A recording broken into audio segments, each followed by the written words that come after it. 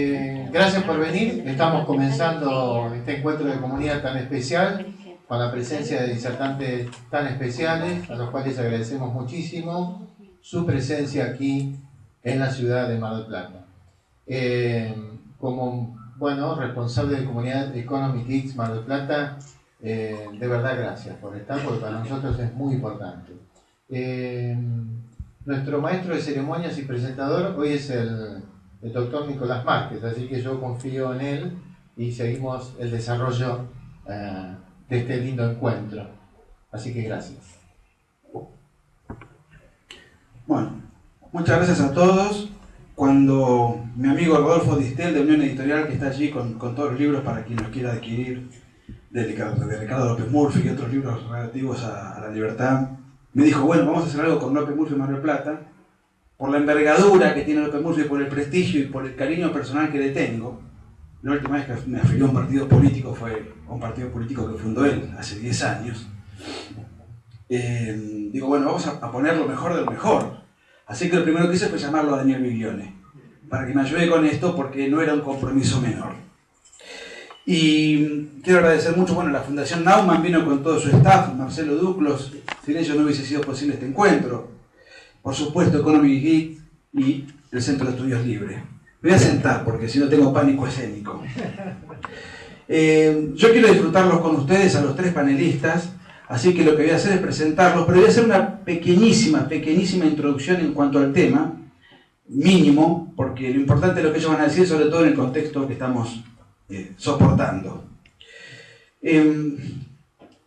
A mí me llama mucho la atención algo que dije el otro día cuando vino Martín Simonetta, hicimos algo con él, así que no voy a extenderme sobre eso porque no quiero repetirme, pero el kirchnerismo, siempre digo, y no es una exageración, es un dato objetivo, ha sido el gobierno más largo de la historia argentina. Es el proyecto político más largo de la historia argentina. Perón duró del 46 al 55, 9 años y fracción. Menem, 10 años y fracción. El kirchnerismo va a llegar a 12. Dentro de este contexto de trampa de reelección matrimonial indefinida que pretendieron hacer y quedó inconclusa luego de la muerte biológica de Néstor Kirchner, van a gobernar 12 años en el mismo proyecto político, salvo que haya un magnicidio del norte, pero eso esperemos que no suceda, por supuesto. Pero van a llegar a 12 años, no es poca cosa. Decía Santo Tomás que cuando en un gobierno se dan todas las condiciones objetivas de manera favorable y ese gobierno fracasa, no existe disculpa, no existe excusa, salvo alegar la propia torpeza. Y si vos tenés 12 años, o sea, un tiempo muy superior al promedio de la historia argentina, en el mejor contexto económico que reconoce la historia argentina, por lo menos eso nos lo podrían confirmar Daniel y Ricardo, y además, teniendo el gobierno el mayor poder que puede haber tenido un régimen en Argentina, por lo menos en la Argentina moderna, el mayor poder político, y algunos van a decir, pero esto es una exageración. ¿Cómo el mayor poder político? Sí, porque el poder político no se mide solamente en el poder intrínseco que tiene un gobierno, sino también en el poder político que tenga la oposición o sobre los enemigos de ese gobierno, para medir la relación de fuerzas. Perón tenía un poder enorme, pero tenía como enemigos a una marina que le bombardeaba la casa de gobierno. Le bombardeaba textualmente y literalmente la casa de gobierno, o sea que sus enemigos eran descuidados. Tenía un papa que no lo invitaba a almorzar, lo excomulgó. Es decir, tenía enemigos que realmente, independientemente del gran poder que él acumulaba, tenía que cuidarse de sus enemigos. El propio gobierno militar, aunque uno puede decir, bueno, un gobierno militar, más poder que un gobierno militar, bueno, relativamente, porque entre ellos mismos se peleaban. A Onganía lo volteó Lanusse, los militares del proceso dentro de su lamentable gobierno se peleaban entre sí en cada fuerza, tenían a la guerrilla como enemigos, y se ganaron gratuitamente y torpemente un enemigo como Inglaterra de una guerra. Hasta donde yo sé, el kirchnerismo, sus enemigos han sido un diario, un programa dominical taquillero y los cacerolazos. Convocados por nadie en particular, sin un líder claro, sin una consigna clara.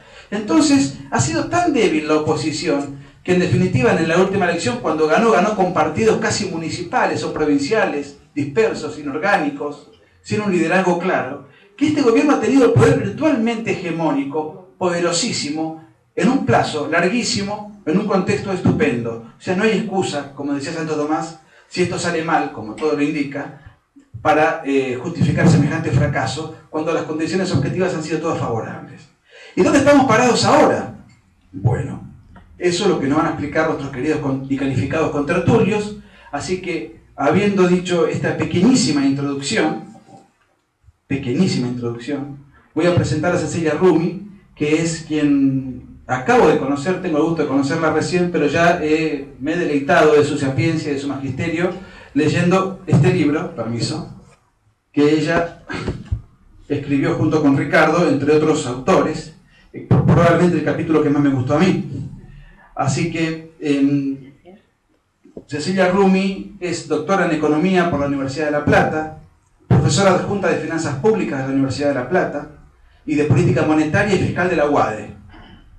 En su posición docente, investigadora, es docente investigadora en la Universidad de La Plata y ha concentrado su investigación en el campo de la economía política, de las finanzas públicas, y además es miembro del Consejo Directivo de la Asociación Argentina de Economía Política y, como fuera dicho, es coautora junto con Ricardo y otros prestigiosos académicos de este libro que de alguna manera hoy lo presentamos también, Mejores Políticas Públicas Argentinas. Y el director del estudio académico que hizo este libro, el director del trabajo ha sido Ricardo, precisamente. Bueno, Cecilia, te damos la bienvenida y te escuchamos con mucha atención. Bueno, muchas gracias. Tengo preparada una presentación, no sé si puedo cambiar yo, alguien más yo. Un minuto. Hacemos las presentaciones breves cada una y después comienza ella, ¿te parece? ¿Querés Ahora que sigue el doctor López Murphy, hago una breve presentación yo y comienza Cecilia. Ah, perfecto. Claro, ahí está. Perfecto. Entonces. Sintetizamos lo que vamos a desarrollar. Bueno, fantástico. Entonces, los títulos.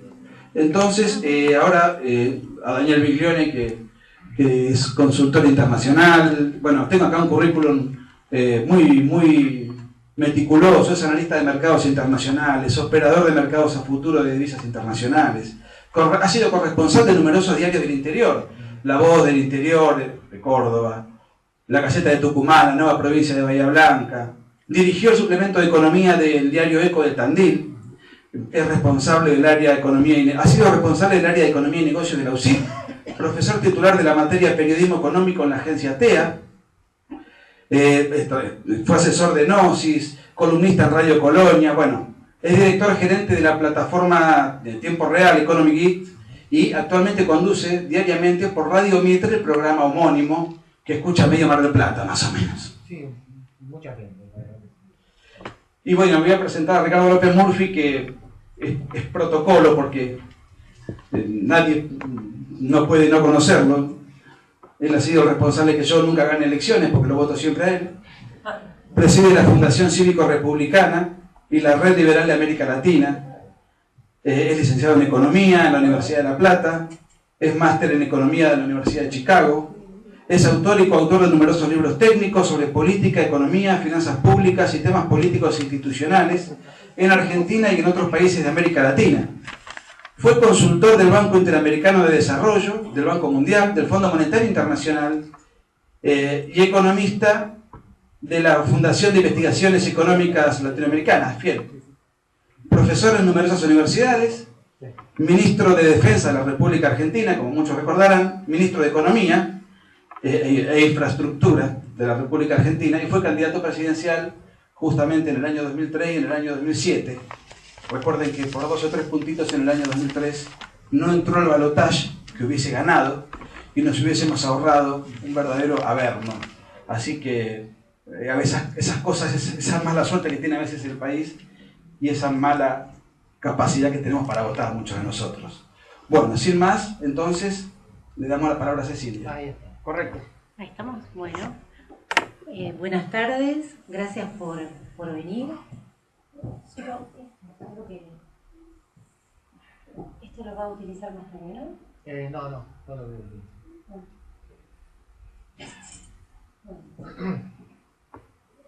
Simplemente Bien cerquita para que se escuche bien. voy a sentarme, pero Sí. sí, es mejor así. ¿Quieres sentarte acá si estás más a mano? Bien, está bien. El trabajo que venimos a presentar, ustedes van a ver, el libro es una compilación de trabajos que ha sido parte de quienes presentaron clases y trabajos particulares en la Fundación Cívico-Republicana, con el objetivo de reunir información para enseñar, educar y desarrollar nuevos dirigentes. El trabajo suelo venderlo desde una perspectiva que es bien interesante, no solo porque hay un trabajo en el que yo trabajé, participé, sino van a encontrar una gran variedad de temáticas importantes a la hora de decidir de informarse como ciudadanos, a quienes estudian economía u otras carreras de grado, posgrado, casos particulares para Argentina. Y es una sumatoria de trabajos, son 20 artículos. Yo quería hacer una breve descripción, un poco para que sepan de qué se trata, si eventualmente ustedes quieren ir a alguna librería o conseguirlo para acá. El primer trabajo del que voy a hablar es un tema sobre precios relativos y problemas laborales. Sé que estoy haciendo algo mal con el micrófono. No, mantenerlo cerca de la boca, nada más. ¿Me escuchan bien? Sí, es un trabajo inspirado en el grave problema, la grave crisis financiera y su correlato con el desempleo altísimo, sobre todo en desempleo juvenil. Lo que hacemos es plasmar conceptos muy claramente y comparar el caso de España, 2012, con el caso nuestro de Argentina y ver un tema de magnitud, de similitudes dentro de las distancias. Luego van a encontrarse con un trabajo de Fernando Navajas, que es una recopilación de su visión sobre el modelo argentino, de su visión en varios trabajos de diarios, pero es una visión bien interesante. También se habla sobre el tema de la competencia, Juan Lesbourg habla sobre eso. El caso de la seguridad social, Diana Mondino, lo que hace es una recopilación muy linda, porque ella tiene una forma muy interesante de escribir y lo que van a ver es como una relación con distintos tangos y cómo aplican esos tangos a los problemas que, titulado con algún tango, así que es como un costado interesante de leer. Como digo, van a encontrar artículos de 20 páginas, 5 páginas, que se conectan porque son todos problemas claros para pensar seriamente, para quedarse con algo más del problema de la coyuntura y qué hago. Eso es lo que a mí me genera, más que nada con la beca docente, pero para poder entender y tener un material de respaldo más allá de un panfleto que pueda tener un buen eslogan, un buen título, ¿no? Entonces, hay material para discusión y súper interesante con destacadísimos autores. Edgardo Zablowski, él trata un tema básico de los planes sociales y una perspectiva de por qué se hizo todo lo posible para hacerlos innecesarios. Política fiscal, política monetaria, tratan Daniela Artana y Daniel Marx. También se habla del populismo patológico, ese es un artículo está de moda hace bastante, lamentablemente. Marcos Olson y Martín Krause lo que hacen es un estudio particular de qué provisión básica necesitamos del Estado, y ellos analizan el caso de bienes públicos provistos o no provistos en asentamientos como el caso de La Cava. Este es un estudio para el año 2009, pero hay encuestas detrás, es algo bien interesante. Y así como hay trabajos súper detallados en términos económicos, hay una visión, podríamos separarlos como la parte económica, la parte política y la parte internacional. Vemos entonces que hay una revisión de las políticas proteccionistas, es un trabajo que hace Julio Nogués. Se analiza la eficiencia del gasto a las provincias, un dato que últimamente se ha dejado un poco de lado. siempre el dato del problema del federalismo, la coordinación. Hoy hay actores que son súper relevantes, pero que en la discusión actual no están, desaparecen, son simplemente, bueno, alguien más que va a pedir al centro, pero bueno, este es un dato de la evolución de los gastos. Para seguir, pero no quiero, digamos, la idea no es aburrirlos, pero es darle un pantallazo de lo que podría ser el índice, como para dejarles una idea de lo que pueden llegar a leer en el trabajo. Hay un seguimiento de cuáles han sido las políticas agroindustriales comparadas entre Argentina y Brasil y de los últimos 20 años.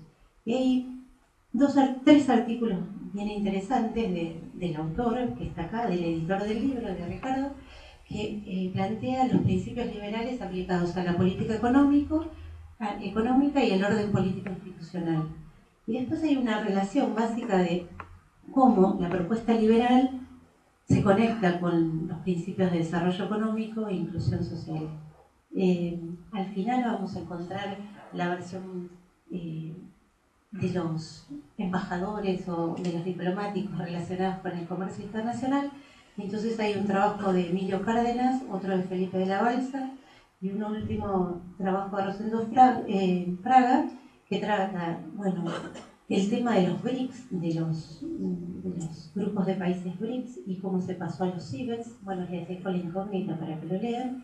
Y por otro lado, el escenario económico mundial y Argentina o el mundo hacia 2030. Hoy, bueno, solamente estamos viendo cómo llegamos a final de 2014, pero bueno, hay una perspectiva de cómo agregar. Voy a tomar, estoy bien con el tiempo, sí. ¿Me indican 5 minutos? Sí.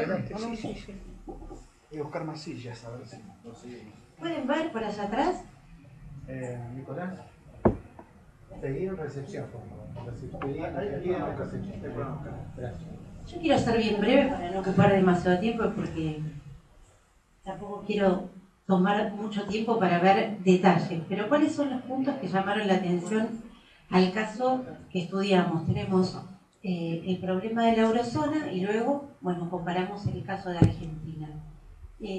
Argentina 2001 tenía varias características que la asimilaban con España 2012.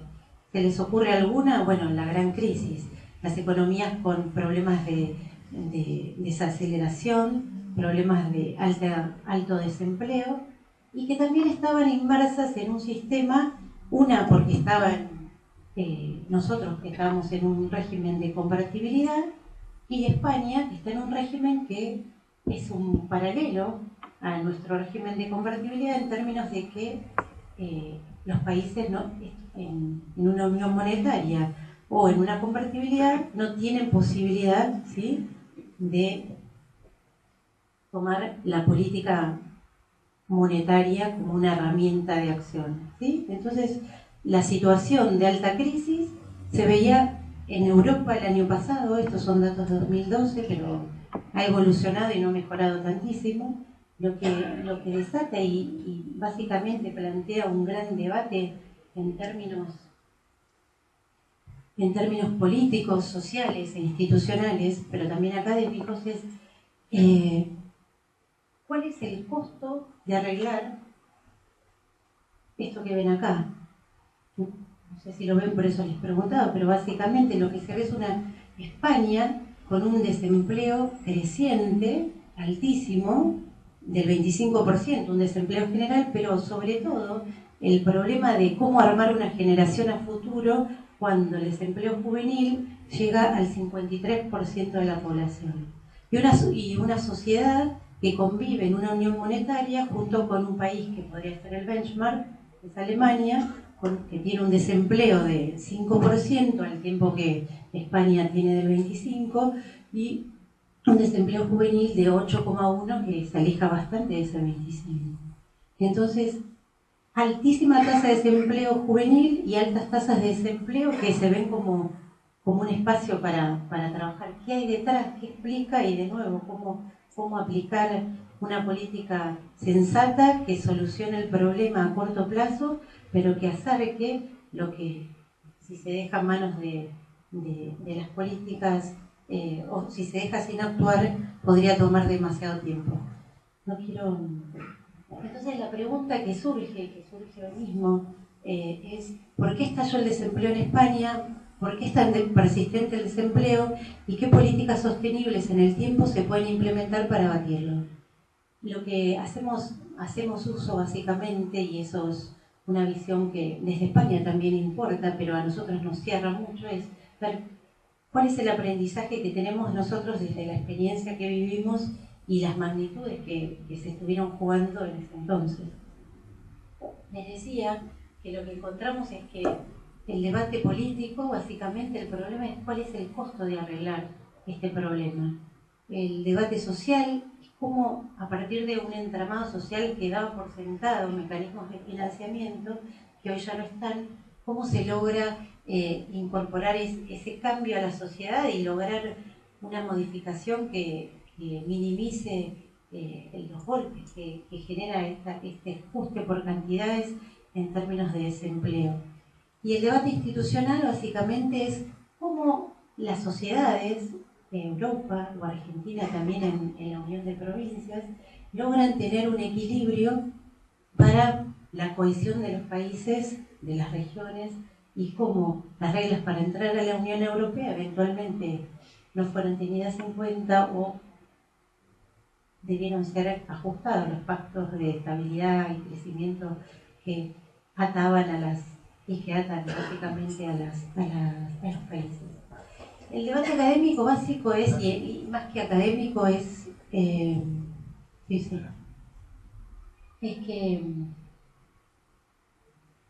la austeridad paga, ¿sí? En Europa se planteó básicamente las políticas o las teorías macroeconómicas se replantearon básicamente, y ¿qué es la austeridad? A veces no hay más remedio, pero una cosa puede ser que tenga austeridad y algún tipo de política monetaria, esa juez quantitative easing, pero es básicamente una forma de manejar, ¿no? La unidad monetaria europea. ¿Y qué pasa si yo no tengo esa herramienta? ¿Cómo hago para tener en cuenta una unión monetaria con frágiles cuerdas fiscales?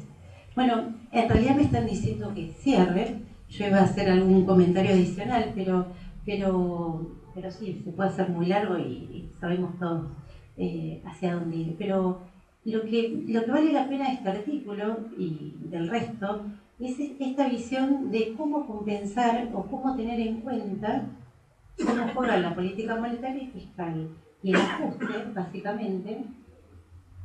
Lo que nosotros analizamos es una serie de productividad, de salarios, cómo se diferencian y cómo han ido evolucionando a partir de la creación en el 98 de la Unión, y vemos una evolución de ratios y salarios, ¿sí? Básicamente puede haber una diferencia porque algún país se adelanta u otro no.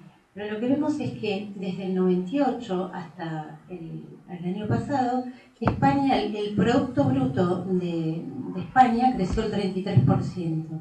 Sin embargo, el gasto público creció el 123%.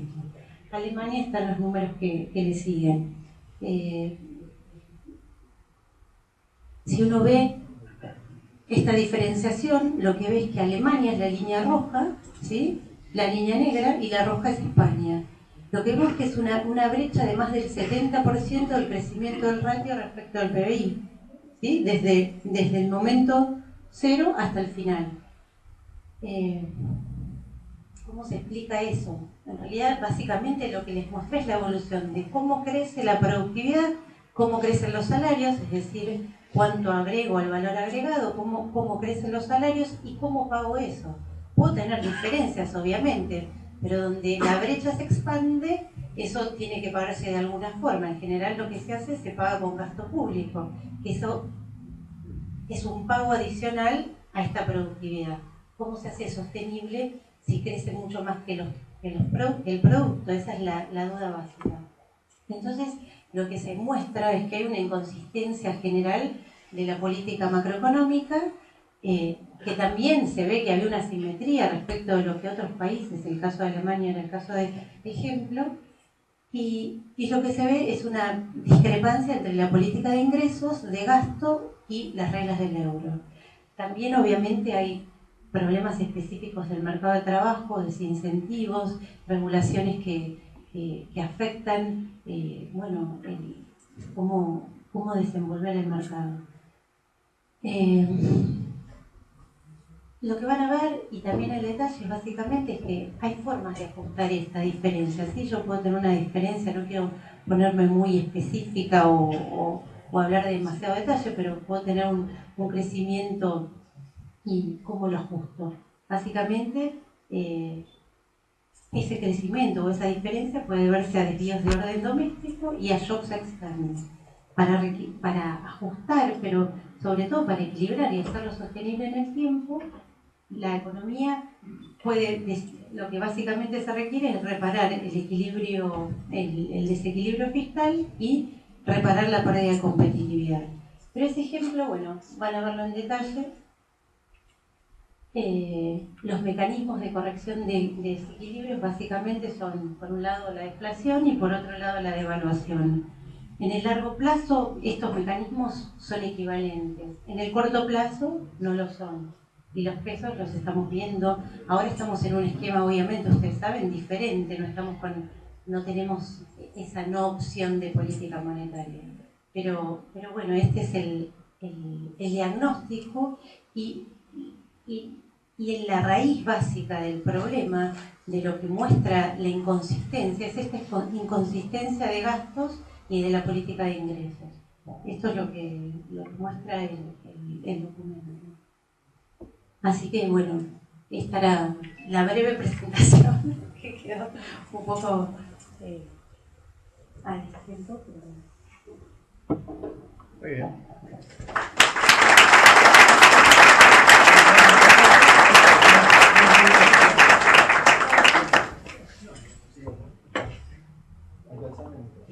Gracias. Bueno, gracias. Antes que nada pido un aplauso para una persona muy especial en esta sala, que es el dirigente social Toti Flores. Por favor.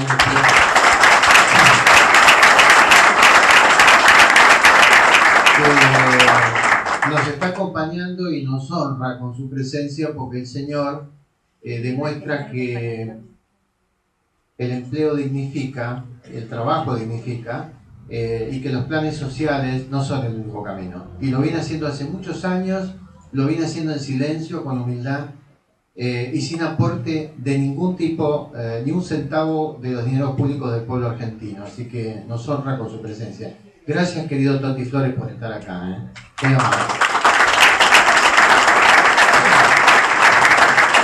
Segunda cosa, Emiliano Vera, ¿estás por acá? ¿Emiliano? Sí, si me podés poner una gráfica muy pequeña, porque en apenas 5 minutos les voy a explicar qué pasó en el mundo, no muy académicamente, soy muy pragmático, y por qué ocurren las cosas que ocurren, incluyendo a la Argentina, ¿sí? En 5 minutos. Bien, lo que están viendo allí es una pantalla, tiempo real, de divisas internacionales. Ustedes saben que el dinero mueve al mundo o algo parecido, ¿no? Digamos, se puede ser feliz sin dinero, sí, pero el dinero es importante. Esa cosa que sale, esa curva que se está cayendo de la pantalla, lo están viendo ahí, en color azul, eso es el euro. Fíjense, de mayo a septiembre, en este momento lo que ha ocurrido con el euro. Cayó de niveles de $1,40 a niveles de $1,27, $1,2680. La curva que está en el medio, la que está arriba, de color celestito clarito, eso es la libra esterlina. Hizo máximos de $1,70 aproximadamente en el mes de julio y empezó a caer a la zona de $1,62 donde se ubica ahora. Y lo que está en el medio, en color dorado, que no para de subir, es el dólar de Estados Unidos de América. A ver si corregimos ahí. Porque hace el refresh. Ahí. Bien, lo que está pasando a nivel global es el dorado, es el dólar. todo eso que subió. El dorado es el dólar. Acá tiene una pequeña corrección de rumbo que se dio en las últimas 48 horas, pero va a seguir subiendo. El dólar de Estados Unidos se apreció frente a las principales divisas del mundo, señores. Y esto significa, es el fundamento por el cual la soja se hunde, el oro se hunde, las bolsas del mundo empezaron a hacer corrección a la baja, comenzando por Nueva York, siguiendo por la Eurozona, siguiendo por Asia-Pacífico. Es la aspiradora gigante de Estados Unidos que comienza a absorber fondos de la periferia nuevamente al centro y explica un escenario macroeconómico muy negativo para economías emergentes como la Argentina. Imagínense si nosotros solos nos suicidamos, ¿no? Sin que nadie nos empuje al vacío, el escenario que nos espera con lo que nosotros creemos que es el escenario por ver futuro de valorización, de apreciación del dólar respecto al resto de las divisas, con la consecuencia caída de precio, de valor de los commodities básicos, metales industriales, metales preciosos y todo lo que produce el mundo no desarrollado. ¿Qué nos espera en 2015 en materia de dólares comerciales? Balanza comercial positiva, digamos, o balanza comercial. Nada más, quería explicarles esto y decirles que el escenario que viene es muy adverso y que la Argentina se encuentra en un punto muy vulnerable, ya que buenas partes de los ingresos que formaron parte de lo que definimos como Sojalandia, la felicidad de la soja, que entre otras cosas financió el populismo en los últimos 12 años, llegó a su fin. Ya no hay con qué financiarlo. La Argentina, les recuerdo, está en una situación de default, yendo en 30 días hacia un default técnico en todo lo que tiene que ver con la deuda incluso estructurada, incluso con la deuda que ingresó a los canjes de 2005-2010, de acuerdo a los últimos informes de la calificadora internacional Fitch. De manera que por ese lado tampoco vamos a tener acceso a los mercados internacionales, ni va a haber un dólar para Argentina. Por supuesto, no voy a hablar más de Argentina porque gracias a Dios está Ricardo López Murphy, que la mochila la va a cargar él. Y normalmente la mochila la cargo yo y lo va a hacer mucho mejor que yo, porque él es economista y yo soy analista de mercado. De manera que le vamos a dejar ya mismo el micrófono. No sin antes decirles que muchas cosas que este cuadrito que tienen aquí explican muchas otras cosas que ocurren de manera interrelacionada en el resto de las economías, porque saben, aunque Argentina no lo crea, estamos globalizados y la globalización llegó para quedarse, no vamos a volver para atrás, ¿entienden? Y ahora sí, le doy el micrófono al que todos esperan, por cierto, al señor Ricardo López Murphy, pasando de la mochila de plomo para que le hagan todas las preguntas.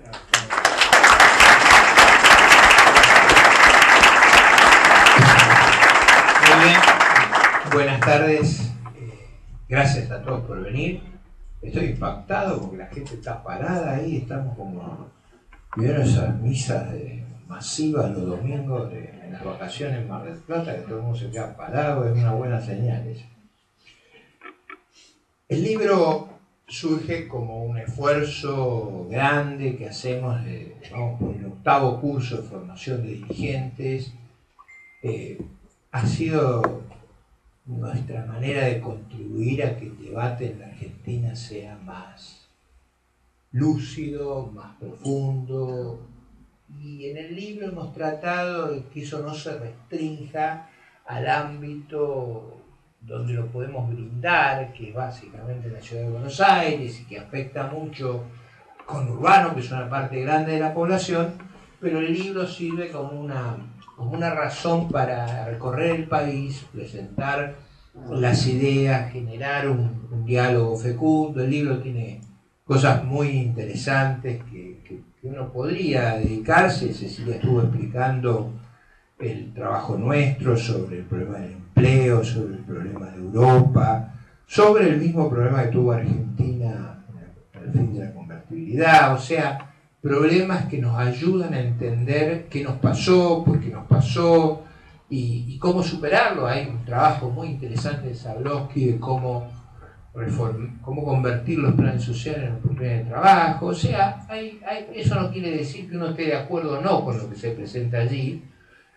Nosotros tenemos un seminario que van profesores de muy distinta persuasión doctrinaria y de una historia diferente. Nuestro afán es recrear esa cultura de la convivencia política de la diversidad, del respeto de unos a otros, digamos, de ese clima de concordia que desgraciadamente los argentinos hemos perdido. Es decir, hay un debate inteligente para dar en nuestras sociedades, no hay soluciones únicas porque los problemas son multidimensionales, pero eso requiere un clima de tolerancia, de respeto al otro, de oídos receptivos, que en la dialéctica esa amigo-enemigo que nos han impuesto y nos han brutalizado se ha ido perdiendo. Entonces, el libro es parte, un reflejo y una reacción a esa actitud, y es un vehículo también para armar aquí este debate, esta posibilidad de reunión, y darnos a nosotros ese camino que se abre cuando las personas escuchan unos a otros y aprenden a convivir y aceptar la diversidad de visiones. Ese en el fondo es el gran proyecto de nuestra Constitución, porque nuestra Constitución construía un gran país, pero sobre la base de corrientes migratorias que venían de muy distintas procedencias y requería, como dice el preámbulo, la buena voluntad de todos nosotros. Entonces, ese es el argumento del libro, y yo hoy, o lo que hago normalmente en el resto del país cuando lo presento, es tomar 2 o 3 de los artículos que hemos escrito. Yo ahí escribí algunos, que va a ser la última referencia que voy a hacer al libro, sobre las ideas liberales. Ustedes saben que en Argentina no hay nada más estigmatizado que defender la libertad. Y lo que hago es hacer una defensa seria, porque yo digo, uno puede discrepar con nosotros, lo que no debe discrepar es con la malversación de lo que nosotros pensamos, de los estigmas que nos han creado, básicamente por la manipulación. Ustedes tienen acá programas de televisión, de radio, que se dedican a integrarnos en alguna de las escalas zoológicas. Ahora está de moda las ornitológicas. O sea, usted puede ser buitre, puede ser ruiseñor, puede ser carancho, según lo que, cómo le caiga, porque uno puede pasar rápidamente de buitre a ruiseñor. Solo es ruiseñor, pero ¿cómo se llama? El otro es buitre, y el buitre se convierte en ruiseñor de la noche a la mañana. Acuérdense ustedes con Repsol, que íbamos a cobrar por la contaminación ambiental y terminamos pagando como si fuera la empresa más atractiva del mundo. Ese tipo de episodios desgraciados a veces nos ha estigmatizado. Entonces, nosotros estamos muy orgullosos de nuestra idea. Ustedes me van a ver recorrer el país reconociendo la raíz conceptual, ideológica, en Alberdi, en el programa de la Constitución, en las ideas de la libertad. Eso es lo que nosotros pensamos y eso lo hemos defendido en todo el mundo, y lo defendemos a todo el mundo, algunos con más destreza, otros con... A mí me gustaría escribir como Mario Vargas Llosa, pero no tengo esa habilidad. Me gustaría hablar como él habla, pero no tengo esa habilidad. Sí tengo a lo mejor una pasión abrazadora, y eso ha hecho que resistamos, aún en la mayor de las adversidades, aún en la mayor de las agresiones, aún en la mayor de las descalificaciones que se les puede poner a una persona para exponer sus ideas. A mí me ha pasado ser, yo cuando llegué hoy acá empecé a buscar a ver si estaban los grupos que venían a corregirme, digamos, a darme el correctivo, porque tengo ideas que molestan y además no me callo, pero creo que afortunadamente no ha ocurrido. Eso se debe a que vino la doctora, que tiene esa buena suerte de que aleja a los monstruos. Pero bueno, eso es lo que tiene el libro. Pero hoy yo voy a aprovechar la oportunidad, dado que están todos ustedes aquí, para hacer una referencia sobre 5 problemas que tiene nuestro país que me parecen extraordinariamente importantes.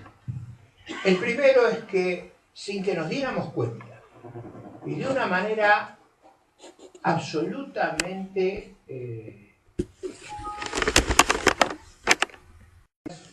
occidente, es decir, nuestros grandes pensadores, Sarmiento, Alberdi, tenían esa pasión civilizatoria que implica el modelo conceptual de la democracia representativa, de las economías organizadas en base a la iniciativa, pero sobre todo la iniciativa privada. En el marco de una sociedad tolerante hemos abandonado y nos hemos enfrentado a la Unión Europea, a los países de América del Norte, a los países de Oceanía, y hemos virado nuestra alianza hacia Rusia y China. Dos países que tienen una estructura política y conceptual que no tiene nada que ver no solo con nuestras tradiciones, sino yo diría con el clima y de valores políticos en nuestra sociedad. En ambas, nos guste o no nos guste, la intolerancia es extrema, la uniformidad del mando es brutal, quizás el caso más interesante para seguir para todos ustedes es el reclamo de los estudiantes en Hong Kong. A mí me hace acordar al reclamo de Hipólito Yrigoyen.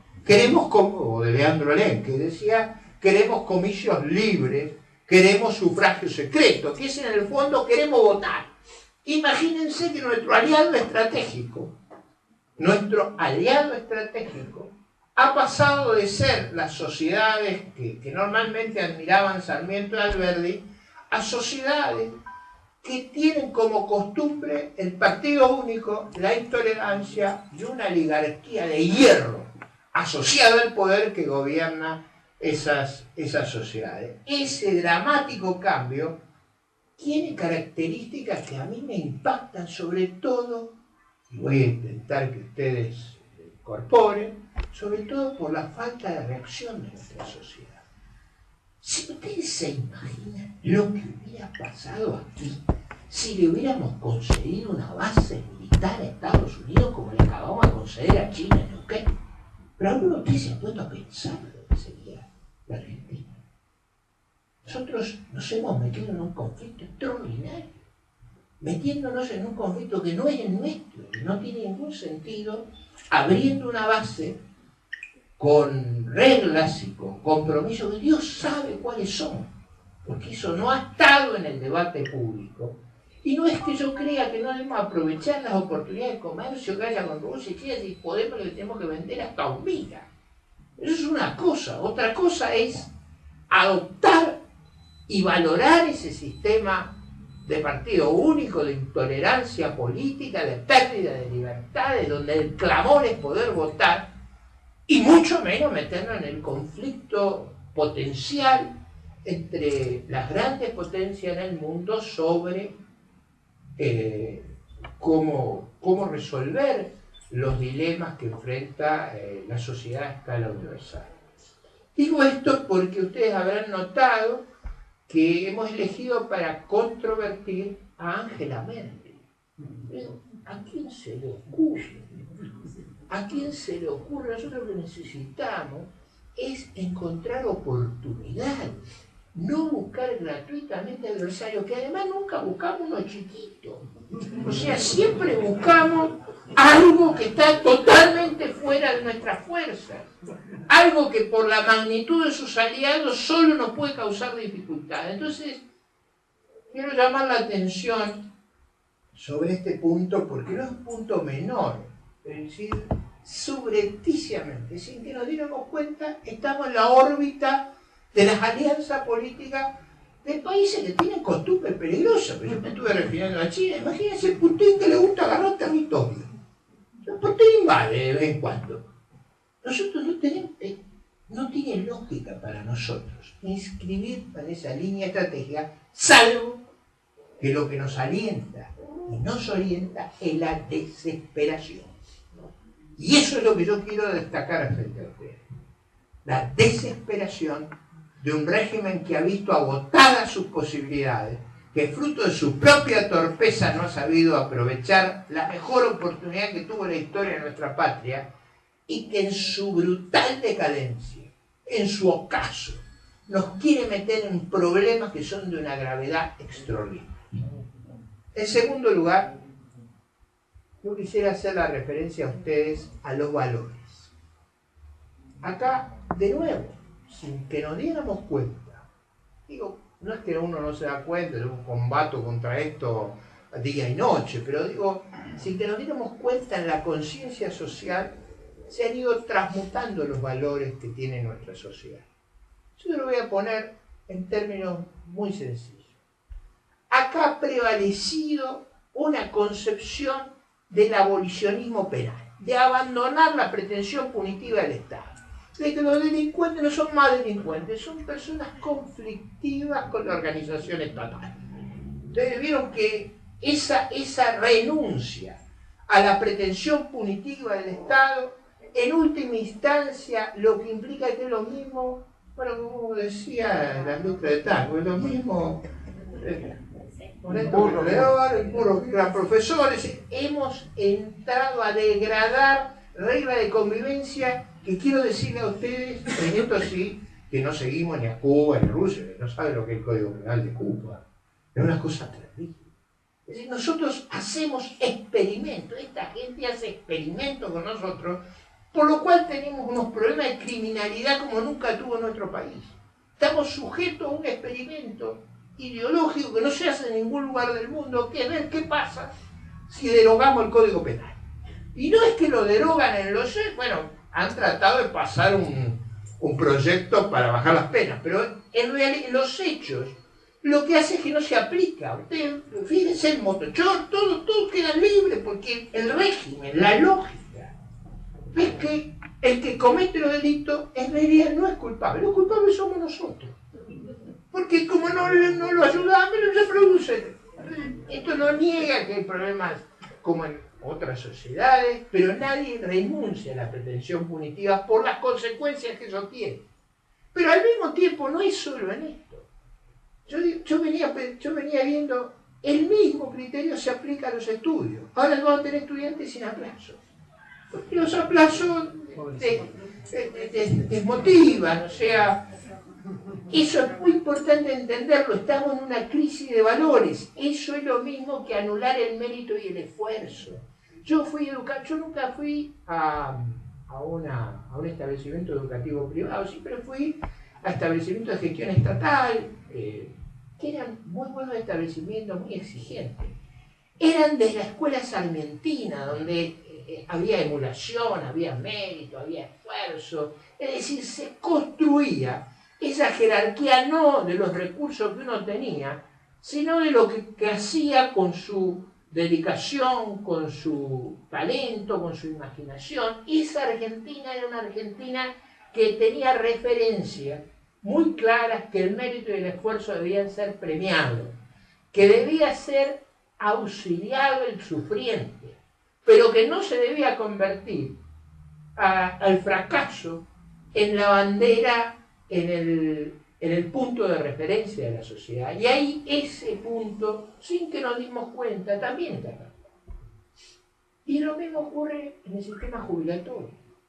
Está todo el mundo fascinado con esto que se jubilan. Han jubilado alrededor de 4 millones de personas sin aporte. Ahora, ¿qué es lo que ocurre? ¿Quién lo va a pagar eso? Y lo van a pagar los que aportaron. Usted no puede jubilar gente sin aporte, porque puede, pero no puede tratar igual que el que aportó. De nuevo, es en la misma lógica. Si usted rompe el incentivo de que el que contribuye y ahorra para su vejez tiene que tener un trato equivalente a su esfuerzo y no castigar al que cumple para favorecer al que no cumple, porque eso es lo que va creando en la sociedad. Es un poderoso desincentivo a portarse bien. Es decir, el esfuerzo, el mérito, el trabajo duro, el ahorro, digamos, los valores normales de una sociedad que progresa, esos valores están siendo pisoteados.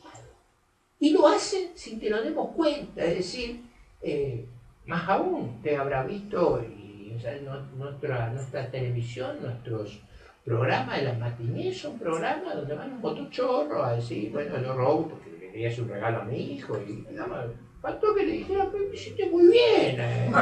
Digo, no lo hagas recurrentemente, pero de vez en cuando nomás ocupate. Dice, no, dice, yo lo que quiero decir es que no mate a nadie. Tengo un atenuante poderoso. Yo no sé si ustedes lo vieron en el programa, una cosa espectacular, porque era un maestro del derecho penal. O sea, yo uso palabras que no se usan más acá. O sea, yo uso delincuente, malhechor, yo no digo elementos conflictivos con el Estado y sus regulaciones. O sea, cosas que se me desmoralizan. O sea, digo, este problema de cambio en lo que significan las palabras. Nosotros nos acompaña alguien de la Fundación AMA que vino hace poco de Alemania a la Argentina. Todavía no lo hemos podido ubicar. Él tiene el problema que el español que aprendió en Alemania no le sirve acá. Porque acá las palabras no significan lo que significan en el otro lado. Entonces, default acá no es default, porque nosotros no es lo mismo. Y inflación no es lo mismo, porque él dice, pero ¿cómo que no hay inflación acá? Él ve, como vemos nosotros, y todo sabe que se miente. Dice, pero ¿cómo puede ser que se mienta? Bueno, es que se miente a conciencia. Y había aflojado un poquito a principio de año y ahora ha reaparecido la mentira con la medida que se va acelerando la tasa de inflación. Entonces, yo quisiera llamarles la atención a ustedes sobre esta degradación. Fíjense ese episodio de tolerar la mentira con las estadísticas. A mí me ha llenado de vergüenza eso. Ven todas las estadísticas internacionales y al lado el único país que tiene un asterisco es el nuestro. Dice, las estadísticas están en disputa, no son comparables. Pero estos son mentirosos. O sea, eso que forma parte de todos los manuales internacionales. Ayer, por ejemplo, se celebraban los 50 años de Fidel, una exposición, vinieron profesores de todo el mundo. Yo era un profesor que exponía, dice, bueno, y si ustedes saben que en las estadísticas estaban omitidos los números de la Argentina, que es una forma educada de decir, a ustedes no se pueden usar las estadísticas, son todas tramposas.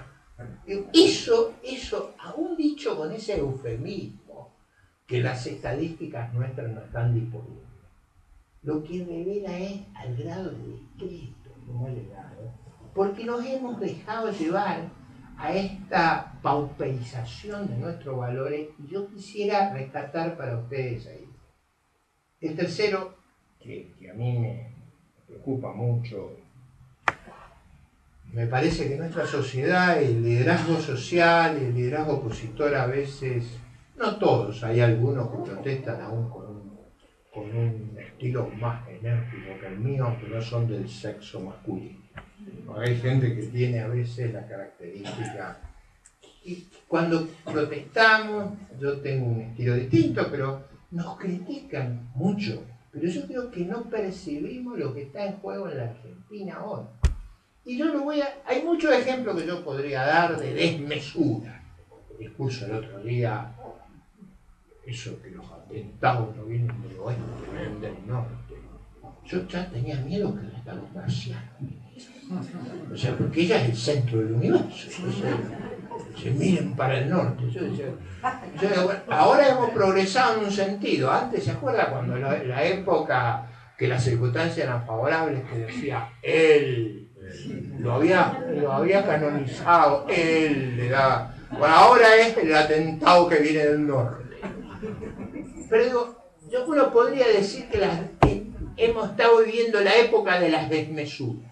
Pero yo quiero marcar una, porque esa desmesura tiene una naturaleza más grave que mandar a fajar a los opositores. Fíjense que yo ya estoy contento que no me vinieron a fajar. O sea, que no vinieron a ponerme la patota para que me corrija, me eduque. Todavía no salió. Bueno, pues.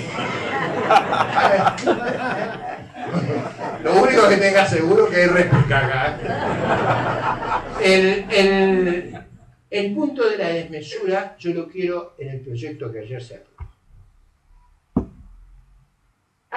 En todas las sociedades hay distintos niveles de leyes. Hay leyes que son, digamos, a veces de recordar un prócer o fijar una fecha o hacer un homenaje a un científico y tienen un valor importante.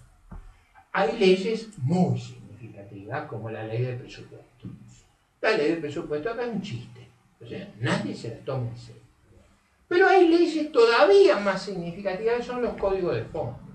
O sea, Cuando usted va a modificar el Código Civil, o a modificar el Código Penal, o la Constitución, usted tiene que buscar un consenso muy grande, porque usted tiene que ser una obra que perdure en el tiempo, que genere, digamos, esa cohesión social, esa capacidad de articulación de la sociedad propia de los países exitosos, de los países de las economías de alto rendimiento. Una de las razones del alto rendimiento de los países que están a la cabeza del mundo es que en los temas fundamentales no buscan una solución facciosa, no buscan una solución brutal, no buscan una solución unidireccional. Pero eso no es lo más grave. No es lo más grave no haber impuesto mayorías. Ya eso hubiera sido muy delicado. Lo más grave de ayer, lo que es tremendo, es que nos quieren imponer un código civil en la mayor de las ilegalidades, violando todos los procedimientos. Falta que ahora, para reformar la Constitución, no alcancen los 2 tercios. Y quiero llamar la atención sobre eso. Quiero llamar la atención porque lo que ayer se hizo fue violar de raíz los procedimientos y los límites institucionales. Y cuidado, cuidado. Cuando ella dice que va por todo, no la subestimemos. Es decir, no vayan a creer que ella juega de manera diferente que nosotros. Ella juega con la mano, ella es capaz de cualquier infracción. La única obsesión es el poder. El poder, y además provocan, para ellos no hay límites institucionales, juegan otro juego que nosotros. Eso hay que entenderlo.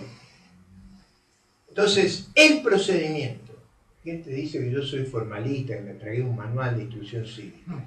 Es que la democracia, la república, es una cuestión de procedimiento. Yo no conozco a nadie que sea tan cretino de soñar para el país, que el país le vaya mal, que el país sea desigual, que el país sea frustrado. Todo en bondad, en objetivo, en bondad de propósito, todos tenemos propósitos muy elevados. Lo que está en discusión siempre en la sociedad son los problemas organizativos, los procedimientos. Por eso es tan escrupuloso el Estado de Derecho, por eso debe haber debida defensa en juicio, por eso no puede haber retroactividad de la ley penal y de la ley económica, por eso hay reglas.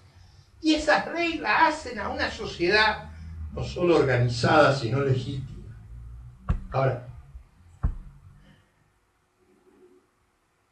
es impropio buscar una ley en los términos que ayer se pasó por diputado. Es impropio por la cuestión del consenso que se requiere. Pero es más, violando los procedimientos. Y además porque tiene una dimensión económica que es muy grave. Este código dice que podemos especificar. ¿Ustedes se imaginan con ese código dando vuelta cuando no tenga los dólares lo que va a hacer con nosotros? ¿Qué experimento va a hacer con nosotros? Por eso yo quisiera llamar la atención sobre la pérdida de los límites políticos. Toda sociedad requiere cierta actitud. Yo diría, las sociedades libres y democráticas necesitan 2 actitudes básicas. La primera, la de que el valor del esfuerzo personal es importante. Ganar el pan con el sudor de la frente es lo que da lugar a la ciudadanía. Así que, si yo soy un subalterno, un mantenido del poder, tarde o temprano me van a gobernar como vasallo. Entonces, la ciudadanía está asociada a la cultura del esfuerzo personal, de ganar el pan con el sudor de la frente. Eso está en los valores básicos de nuestra sociedad. Pero hay otro valor que a veces no enfatizamos, pero es muy importante en la cultura de la libertad, que es la autocontención. Nosotros tenemos que tener control de nosotros. El señor me hace una descalificación oral, yo no le puedo contestar con una ametralladora. O sea, tiene que haber esa contención para la reacción, esa proporcionalidad, esa actitud de tener mesura. Eso es lo que hemos perdido, ese es el centro quizá de la enseñanza más trágica del kirchnerismo, que es la desmesura, en todas las magnitudes. No saben lo que es las cuestiones patrimoniales, pero no me voy a ocupar de eso.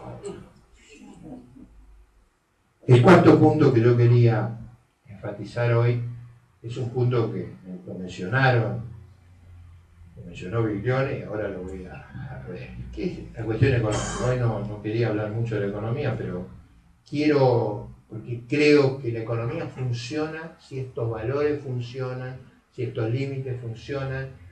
No hay posibilidad de que una economía funcione bajo esta regla de juego. No hay forma de ganar credibilidad, no hay forma de ganar confianza. Uno vive aterrado con lo que se le va a ocurrir hacer, porque son desmesurados, porque no tienen límite. ¿Cuál es el problema que tenemos en la economía? En la economía tenemos, yo le diría, tres grandes problemas, como si fuera poco. Tres grandes. Primero, un modelo disparatado que empobrece a la sociedad. Este modelo es un modelo que es inviable, es un modelo que destruye la capacidad productiva del país, es un modelo que va a ir liquidando el trabajo genuino, que lo único que hace es multiplicar el empleo público, plan social y jubilado, pero eso no es lo que crea la riqueza de la sociedad.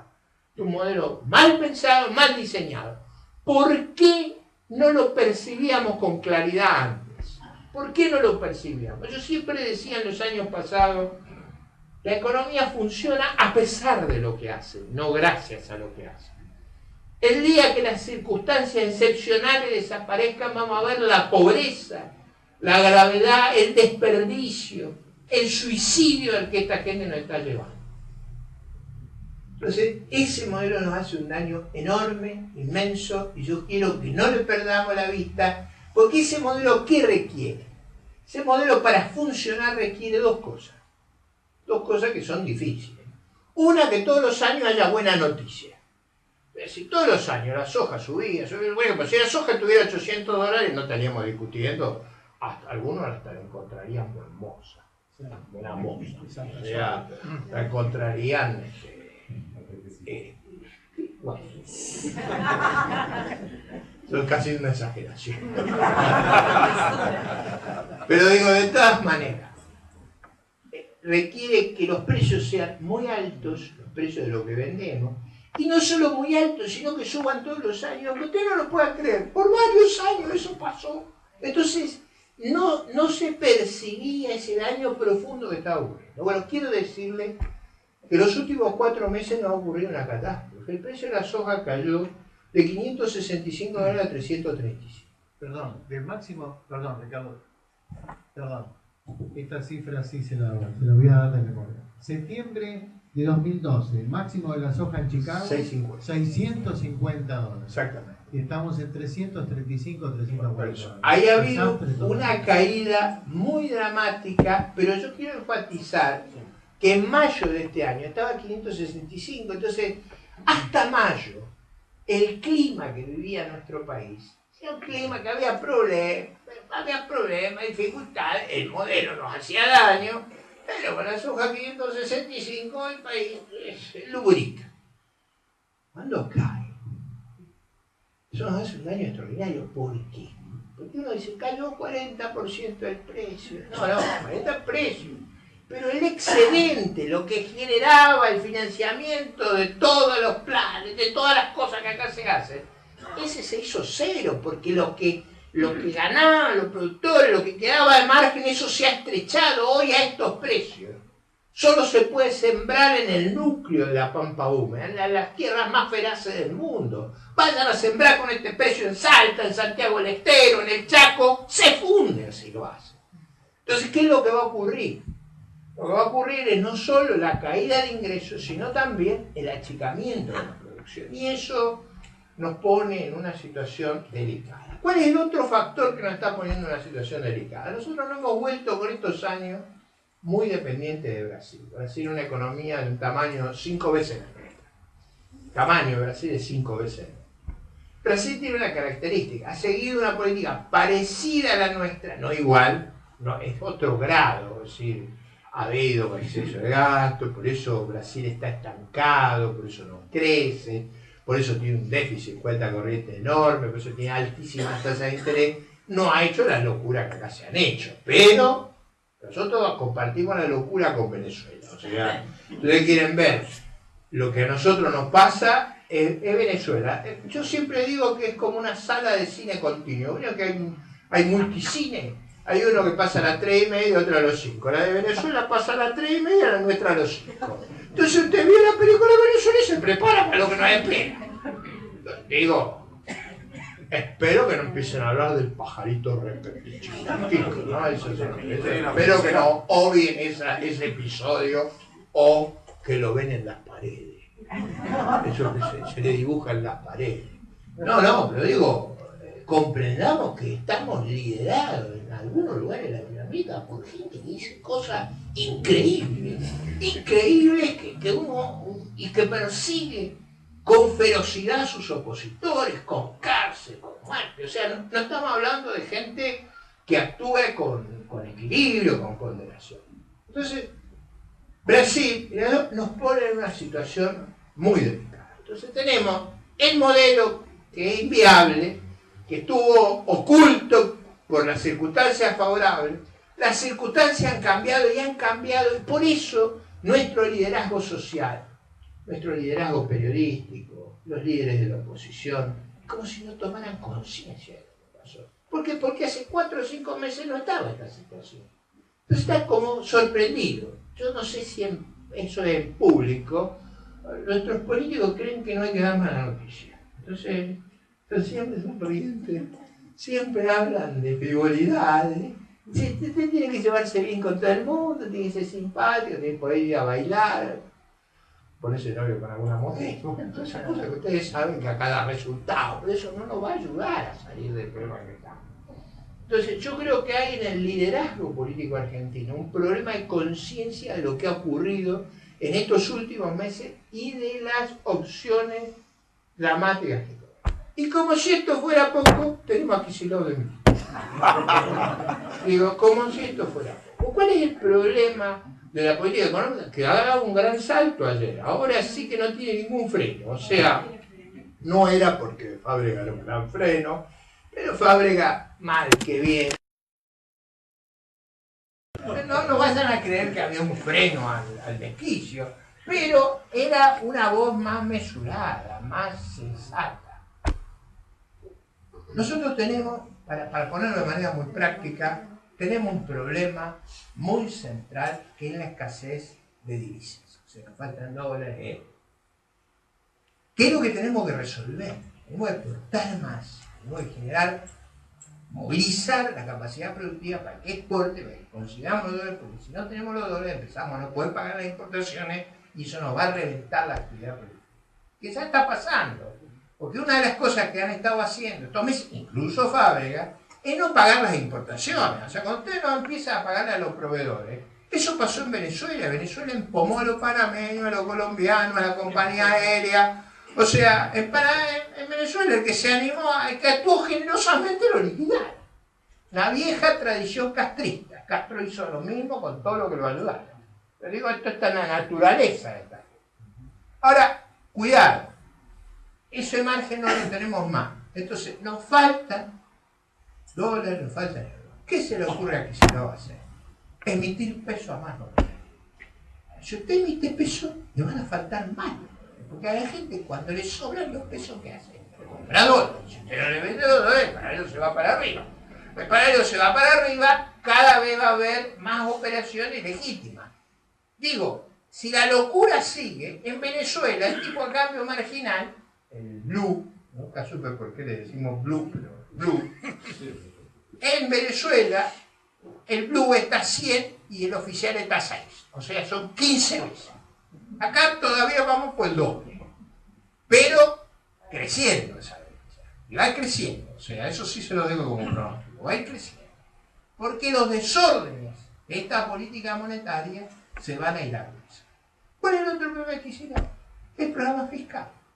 ¿Cuál es el problema fiscal que tenemos? El verdadero problema que tenemos. No tenemos crédito, por muchas razones. Si usted no tiene crédito, lo que no tiene que hacer es tener que pedir crédito.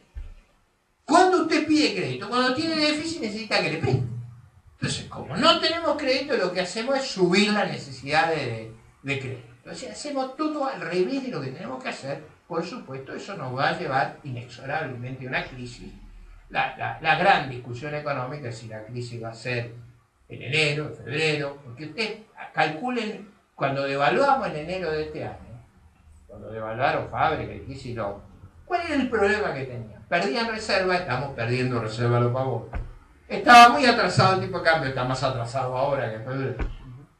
Teníamos desincentivos muy grandes a la gente a ahorrar en pesos, y acá ustedes dan a la gente la posibilidad de proteger su ahorro en pesos, es decir, con tasa de interés o con alguna cosa indexada, pero no con estadística del INDEC, porque si hay estadística ahí uno sabe que lo trampea. Tiene que ser una cosa que le cubra, la gente ahorraría en eso. Acá la gente ahorra en dólares, porque sabe que los otros lo roban. Acá el gran ladrón es un ladrón estacionario. De hecho, una cosa rara. En el mundo los ladrones son nómades, o sea, no son. Acá el ladrón es estacionario, el Estado nos mata, nos agobia, nos abruma. Entonces, este extraordinario problema que estamos teniendo requiere otro enfoque, otra solución que la que se está aplicando. Y la gran discusión entonces es cuándo tenemos problemas. Yo les decía, cuando devaluamos en enero teníamos la misma cosa que ahora. ¿Qué diferencia teníamos? Esperábamos una espectacular cosecha de soja. Esperábamos normalizar nuestras relaciones con el mundo financiero internacional. Esperábamos tener acceso al financiamiento que luego de hacer la corrección nos aliviara. Hoy sabemos que acceso al financiamiento no vamos a tener, que no viene una gran cosecha y que estamos en una situación muy complicada. Yo creo que vamos a pasar un febrero complicado.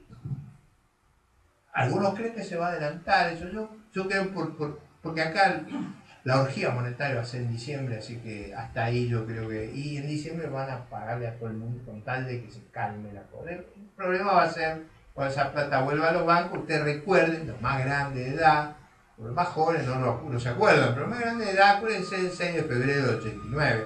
Acá siempre las crisis ocurren a fin de enero, principio de febrero, que es cuando el dinero en las fiestas se esteriliza, porque todo el mundo necesita plata en efectivo. Cuando vuelve a los bancos, ahí empieza la situación difícil. Yo creo que vamos a tener una situación sumamente difícil durante el verano, y allá por marzo o abril vamos a tener que resolver, o sea, vamos a tener que buscar la salida de este tema. Y yo me temo que ella no está pensando en la salida, está pensando en llegar de cualquier manera, y quizás no solo en llegar, sino en no irse. Entonces, el tema es que estamos frente a un desafío extraordinario, y creo que hay que tener conciencia del riesgo que estamos experimentando. Y creo que la dimensión económica, que seguramente a todos en la cotidianidad nos preocupa, no es la más relevante. La economía a lo mejor va a tener ese rol de, si ustedes quieren, de gatillo, de catalizador, pero el núcleo del problema es un núcleo más complejo. Son nuestras instituciones, son nuestros valores, son nuestras conductas. Por último, tema que más me preocupa es que, dada la crisis que nos han generado, dadas las circunstancias que nos han generado, mi gran preocupación es cómo contener la violencia. Porque en esas crisis la desesperación por buscar chivos expiatorios va a ser enorme. Y en ese clima de agresión y de violencia, nada bueno puede gestarse. Por eso, el gran tema de la dirigencia cívica del país va a ser cómo formular una salida al país, tener la firmeza de convicciones, tener esa autocontención, pero también tener la decisión, el coraje y la voluntad de no dejarse esclavizar. El riesgo de perder los límites institucionales de la Argentina, que una vez que se pierden, no nos va a pasar como pasa con la libertad pasiva y con la salud. Se la valora, no se pierde. Por eso mi visita hoy aquí es a presentar un libro, es a reflexionar con ustedes, pero es sobre todo hacerles el llamado signo, a defender lo más precioso que tiene la vida civilizada, que es la convivencia en libertad. Muchas gracias.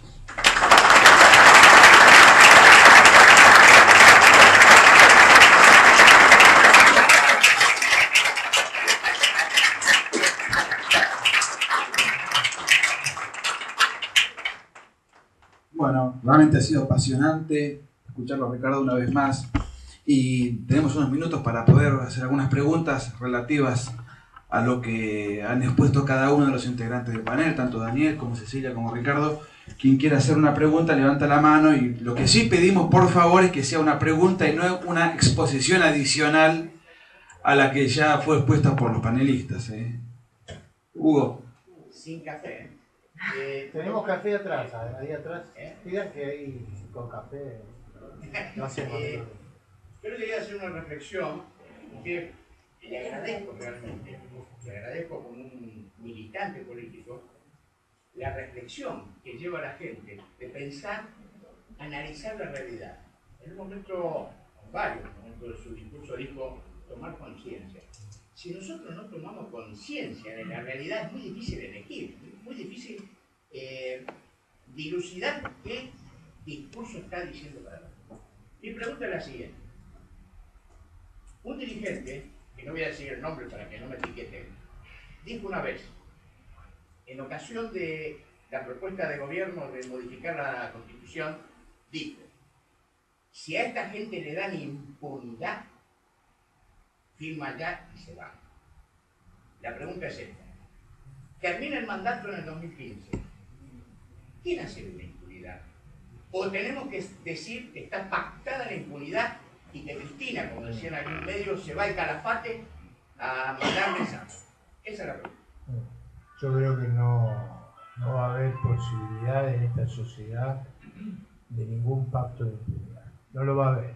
No, eso no es posible. No es tolerable. No va a ocurrir. Yo diría que pueden ocurrir muchas cosas. De algo que yo estoy seguro, que eso sí que no va a ocurrir. No va a ocurrir porque en las heridas que tiene esta sociedad, en la vergüenza.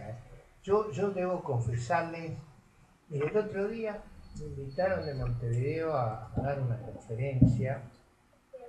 Clima amable, los uruguayos son con una gran bonomía personal. No sé si ustedes lo han frecuentado, pero yo por muchas razones en mi vida los he frecuentado mucho. Son en general personas muy agradables, bien llevadas.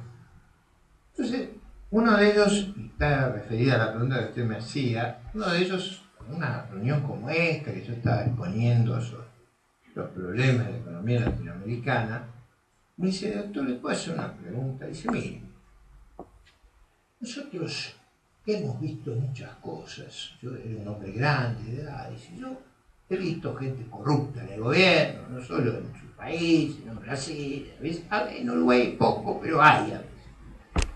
He conocido personajes que en la vida civil le esconden el auto a su esposa, le cambian los documentos para plomarle en el divorcio, digo, esas cosas yo he conocido.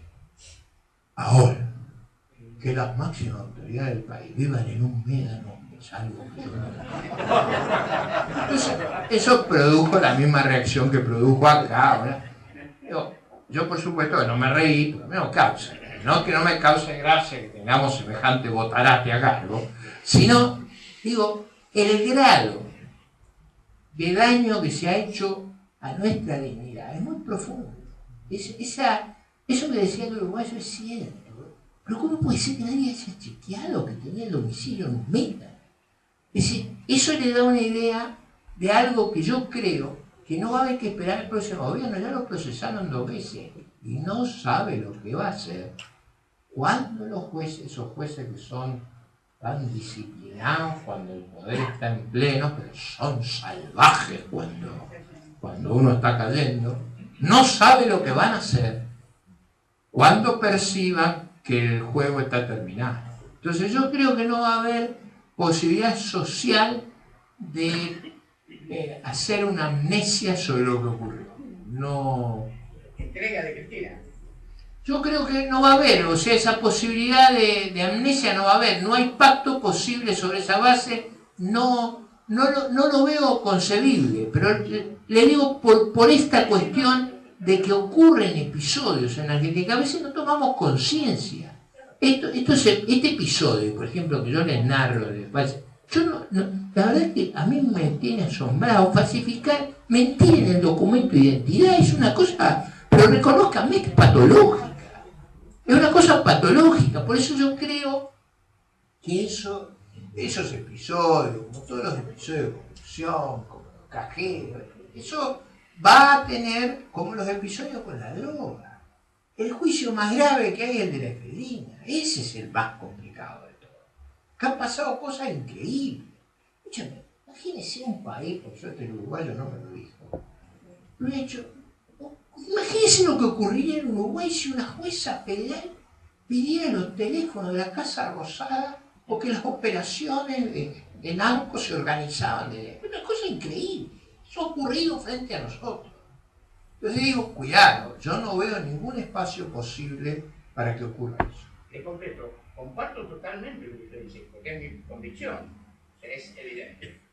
La pregunta es, ¿Cristina se aviene a lo que viene o prepara la salida? Bueno, vamos a tener un lío grande. ¿Sí? Señora.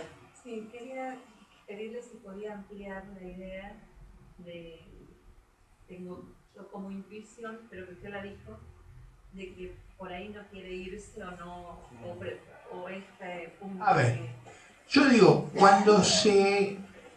yo miro varios discursos que yo los escucho con cuidado a ellos, o sea, no es que los digo, yo hago el esfuerzo de escucharla. Es un esfuerzo titánico a veces, pero hago el esfuerzo de concentrarme, porque en el fondo es muy distinta que él. Él era, bueno, yo tengo muy mala opinión, pero digo, era eso. Ella es más ideológica, el problema es que ella se cree. Se entusiasma, se cree, y por eso carga contra los molinos de viento. O sea, por eso está obsesionada de ver. Ustedes vieron que hay toda una discusión si Obama tenía los auriculares, no tenía los auriculares, la foto que lo muestra con auriculares, la foto que no, esa cosa que no la estuviera escuchando a ella, ¿no? Digo, tiene esa cosa muy, muy profunda. Yo digo, el discurso de Máximo y lo del Código Civil, marcando actitudes como que el espacio que ellos se asignan no es justamente el espacio de abandono del poder. Uno puede ahí benignamente suponer que cree que van a ganar la elección. Eso, como yo creo que es imposible.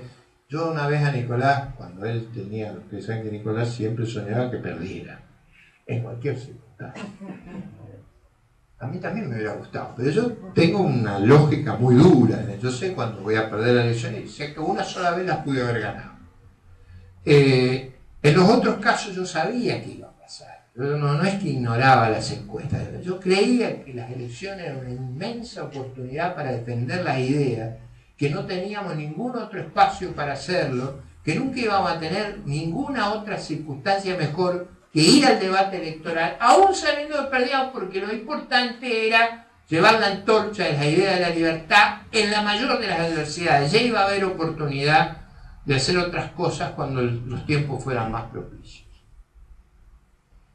Yo creo que en la reflexión que ellos se hacen están pensando algo que les permita mantener el poder y actúan con esa lógica. Les voy a dar un ejemplo que a mí me pone muy nervioso. Están nombrando gente en el Estado a más no poder. Están llenando todo el servicio civil de la Cámara. ¿Qué es esto? Si no nos quedamos, nos hemos apoderado de todo. Para gobernar va a tener que gobernar con nosotros. Nosotros vamos a ser los empleados y vamos a ser los funcionarios del Es decir, usted va a estar elegido, pero los botones los manejamos nosotros.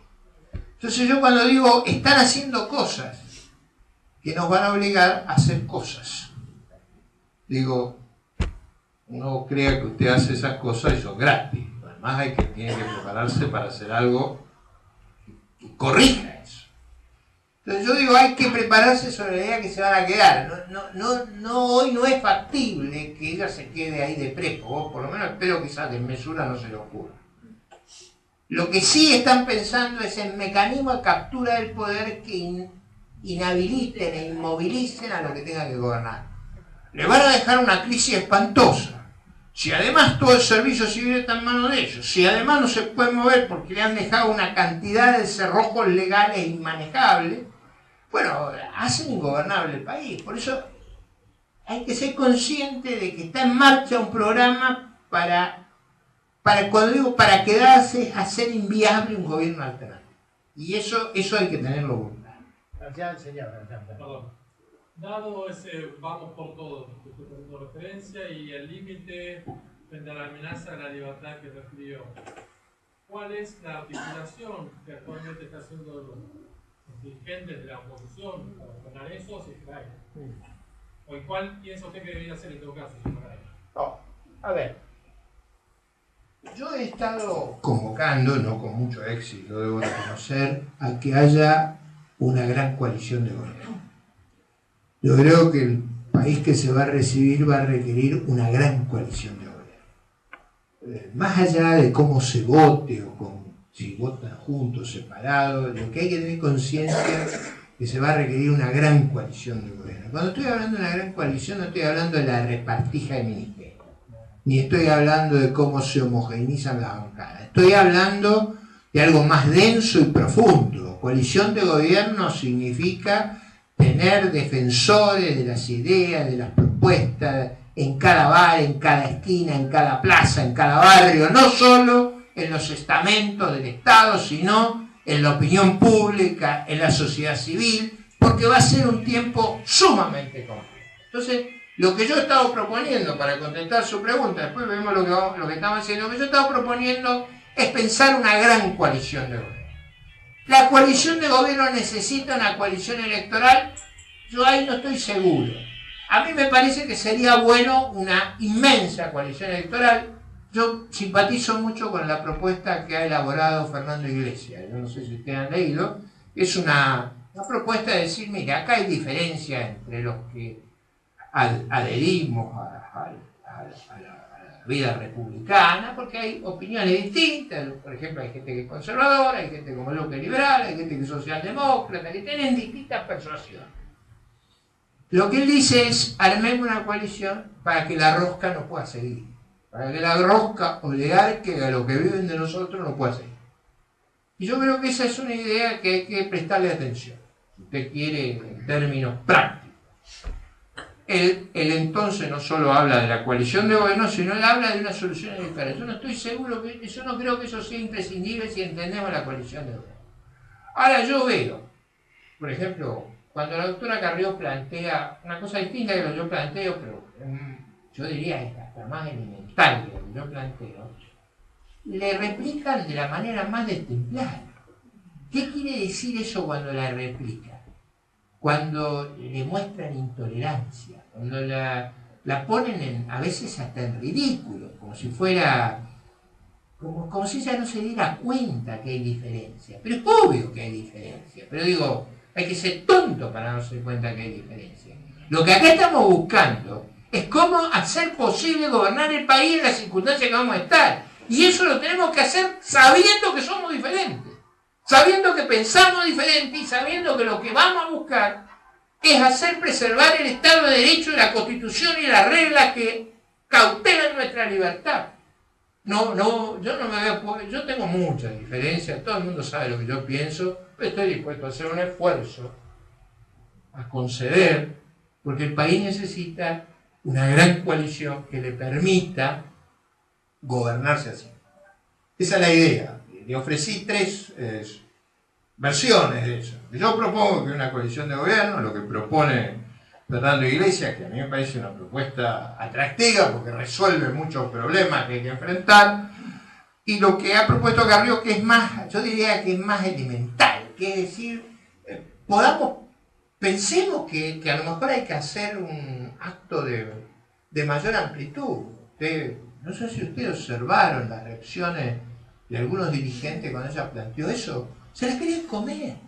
Yo, si me escucharan a mí, me matan antes de hablar.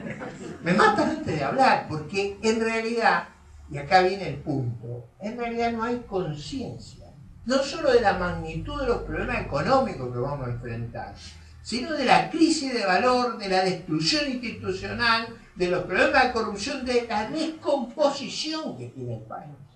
Entonces, yo creo que, si usted quiere saber, yo estoy muy decepcionado con el liderazgo opositor. No digo solo político, empresario, intelectual, periodístico. No digo todo, no quiero... En general, yo digo, hay como una gran frivolidad sobre lo que está pasando. Por eso cosas escandalosas, como la del Médano, que es menor, al lado de la otra cosa que han hecho, lo del Médano, no, pero que lo del Médano da una idea de a dónde nos hemos degradado. Porque a mí nunca se me había ocurrido inscribirme en un Médano para que los acreedores no lleguen, la FIC no llega nadie, el Médano, la gente que va al Médano, no. Una cosa increíble. Pero en esa cosa increíble le revela a usted a dónde hemos llegado. Ese es el problema que yo veo. Perdón, acá el señor, permanentemente dice, primero tomar conciencia, tiene que ver con su exposición. Primero tomemos conciencia, porque si no, no podemos cumplir. Perdón, pero acá hay gente que tiene turno para preguntar. Acá, señor. Como ciudadano, pienso que muchos nos sentimos mal y un poco en la parte política, y en este caso usted nos hace culpable. Tomemos conciencia. La tomamos gracias a usted de la conciencia. ¿De qué medida podemos participar nosotros haciendo? Yo los critico a ustedes, a los que tienen conocimiento, a los que saben que se están haciendo las cosas realmente mal. Porque esto siga, no es lo que vamos a esperar en el 2015. ¿Qué es lo que podemos hacer ahora hasta el 2015? Y no lo hacen. Pongo como ejemplo por un delito cometido muy grave en La Plata. Un lío con los jueces de garantía. Y lo digo así porque, bueno, me sigue doliendo. Digo, doctor, si las leyes le permiten a usted dejar en libertad a un asesino, pero hay posibilidad de dejarlo con eso, ¿por qué no deja en libertad? ¿Por qué no empieza usted queriendo poner un orden a esto? Amárrelo, átelo en su despacho y diga, no sale porque no ofrece garantías sociales de que esta persona salga. Ah, no, podemos hacer esto. Entonces, si usted quiere que lo hagamos nosotros, lo tenemos que armar nosotros y salir a la calle. Y puede ser también lo mismo. Como ciudadano, digamos ciudadano en todo el concepto de la palabra, no habitante de la nación argentina, ciudadano que cumple con sus obligaciones. Y no podemos hacer nada. Sí. Y ustedes, yo los veo un poco así. Aprendemos, somos conscientes de todo lo que estamos haciendo. Y algunos que no han tomado previsiones lo están sufriendo. ¿Por qué no dicen algo? Don Julio Bárbaro dijo en una oportunidad, hace mucho tiempo, creo que fue para allá en las elecciones de 2007, que dijo que la oposición eran hipócritas si no hacían algo para que Cristina siguiera en el poder. Estoy hablando del 2007. Me quedó eso de Don Julio Bárbaro. Y yo pregunto, ¿hicieron algo? Bien, en eso yo tengo mi conciencia en paz. He luchado con todo lo que he tenido a mi alcance, lo he hecho creo que con una gran gallardía. Es verdad que sin éxito electoral, a mí me hubiera gustado que el éxito electoral me acompañara, pero usted no puede forzar a la gente que uno lo vote. No se puede. Eso a veces uno encuentra oído resentido, a veces no lo encuentra. De todas maneras, es verdad lo que te dice, la responsabilidad sube exponencialmente con el rol del liderazgo. Es decir, distinta la responsabilidad que tienen los líderes sociales, intelectuales, no digo solo los políticos, los líderes sociales e intelectuales, que las personas que por sus posibilidades no pueden influir en el contexto social. Yo creo que el paso central, la tarea central es, primero, tomar conciencia, segundo, organizarse. Y uno se organiza Y yo los invito a participar donde se sientan más afines. Hay, por ejemplo, muchos de nosotros participamos en ateneos, en fundaciones, en club de estudio, porque a nuestra gente no es más fácil organizarla de esa manera. Hay quien se lanza a la política electoral. Yo lo hice muchas veces. Lo que pasa es que la política electoral tiene costos que a veces uno no tiene con qué bancarlo. Pero digo, de todas maneras, me parece que Mar del Plata escandalizado. La noticia de la minería de Mar del Plata era un acto de incivilización, digamos, increíble en el Consejo Deliberante. Yo conocí Mar del Plata, tengo un recuerdo buenísimo de una persona, conocí a Teodoro Broncini.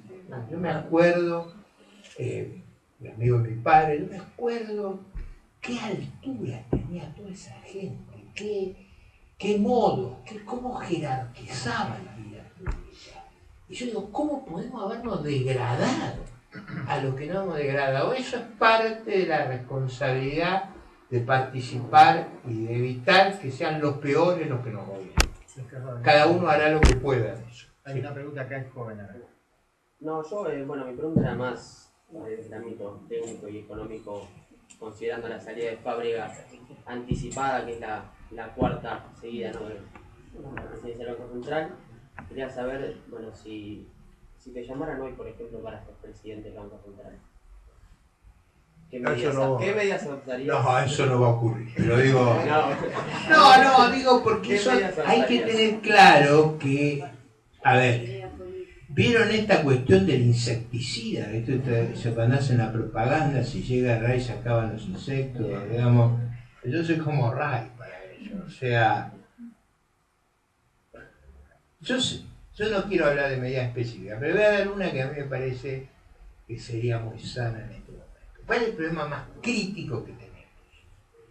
Y vamos a ir terminando, porque quiero que sea una cosa terrible venir a escucharlo. Sí, tenemos, perdón, una pregunta más y cerramos con una más. Ok. Déjeme darle una respuesta para no escabullir a la pregunta. ¿Cuál es el problema más grave que tenemos? El problema más grave que tenemos es una dramática escasez de reservas internacionales. Eso los números no dan. Vamos a ponerlo en términos muy simples. Hoy Moody se dedicó a difundir que no dan los números. Eso hace rato, si ustedes me siguen en televisión, en los programas, yo con mucha calma he desarrollado una especial paciencia para lidiar con estos personajes. O sea, cualquiera que me ve en los debates sabe que voy hasta intratable. O sea, logro sobrevivir ahí, o sea, logro. Pero en cada uno de esos debates ustedes van a ver cómo yo dejo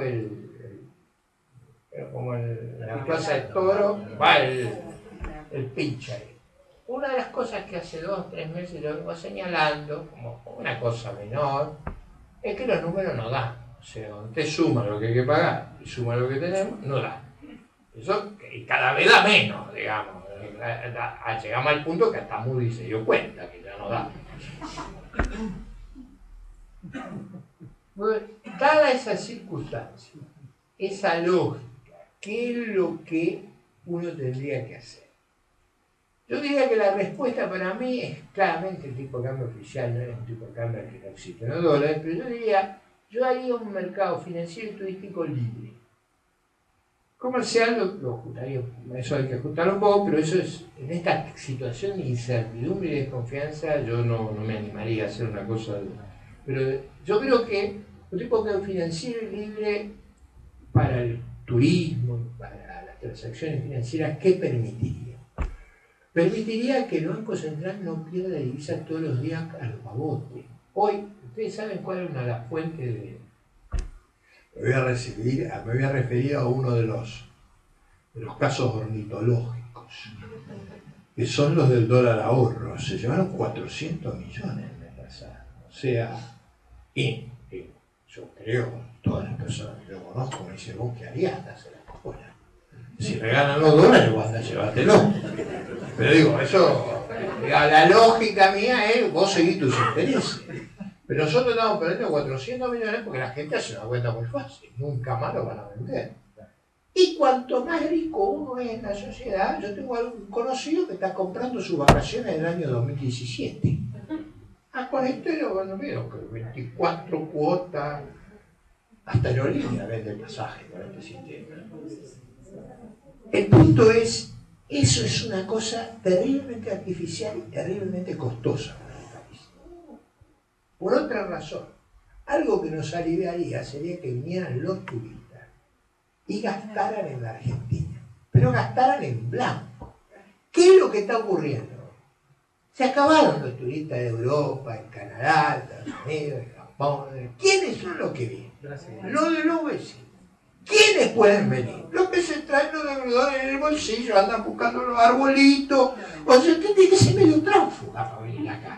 Se tiene que operar en la marginalidad, arriesgarse a la cueva. A mí me pasó una cosa extraordinaria el otro día. Yo doy clase en la universidad, no voy a casa, sino se van a ir a instalar la gendarmería ahí. Tengo alumnos extranjeros del trabajo.